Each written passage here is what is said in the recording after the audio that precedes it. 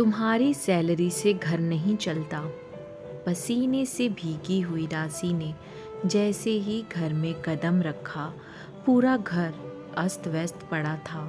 दोनों बच्चे चिप्स का पैकेट हाथ में लिए पापा मुकुल के साथ टीवी पर वेब सीरीज देखने में व्यस्त थे। राशि ने आते ही टीवी का रिमोट लेकर टीवी ऑफ किया। मुकुल जोर से चिल्लाया, पागल हो क्या? क्लाइमैक्स चल रहा था और तुमने टीवी बंद कर दिया।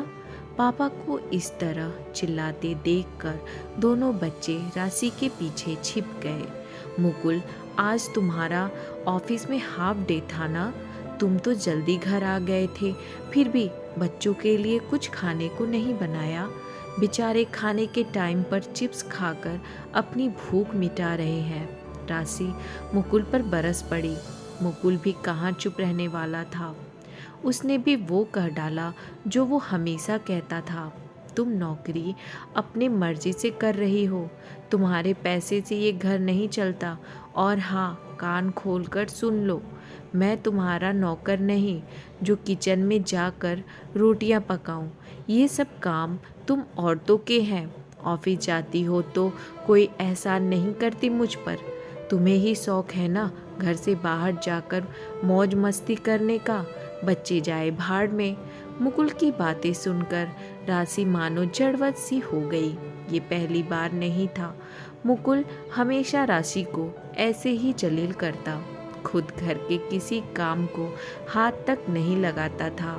सारा काम बस राशि के जिम्मे था और उस पर मुकुल का ऐसा व्यवहार उसे अंदर तक तोड़ देता था। राशि कपड़े बदलकर किचन में गई और गैस पर दाल चावल चढ़ा दिए। बच्चों को बहुत भूख लग रही थी। थोड़ी देर में उसने दाल चावल परोस दिए। बच्चे को खिलाकर उसने कमरे में भेज दिए और खुद मुकुल के लिए दाल चावल परोस दिए। प्लेट में रखकर उसके सामने रख दिए। दाल चावल की प्लेट देखकर मुकुल बरस पड़ा। ये क्या है? आज रोटी नहीं बनाई? तुम्हें पता है ना मुझे रोटी के बिना नींद नहीं आती।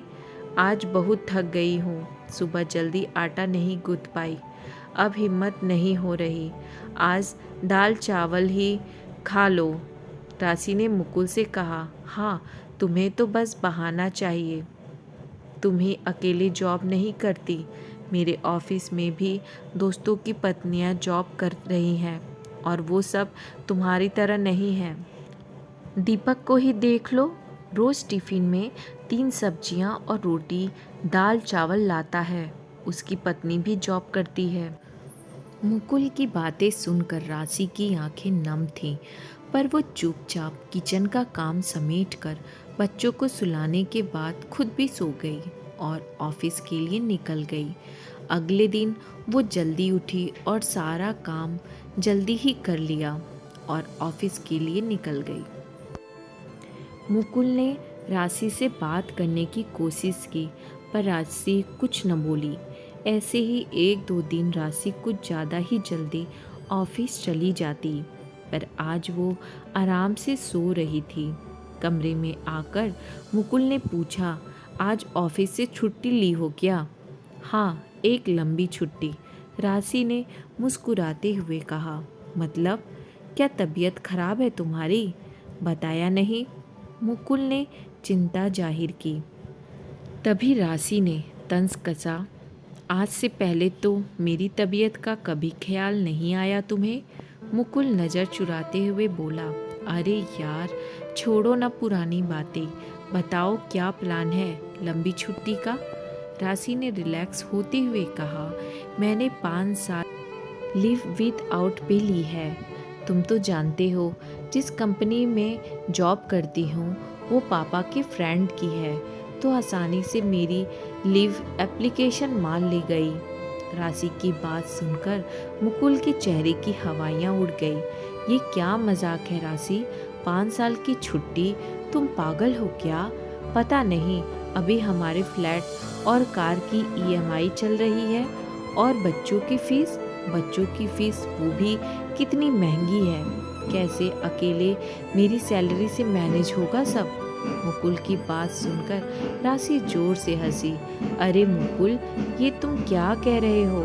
तुम ही ना कह रहे थे कि मेरी सैलरी से कौन सा घर चलता है। मैं तो बस अपने शौक पूरे करने ऑफिस जाती हूँ। और हाँ, अब 5 साल मैं ज़रूर अपने शौक पूरे करूँगी। राशि एक गहरी सुकून की सांस ली,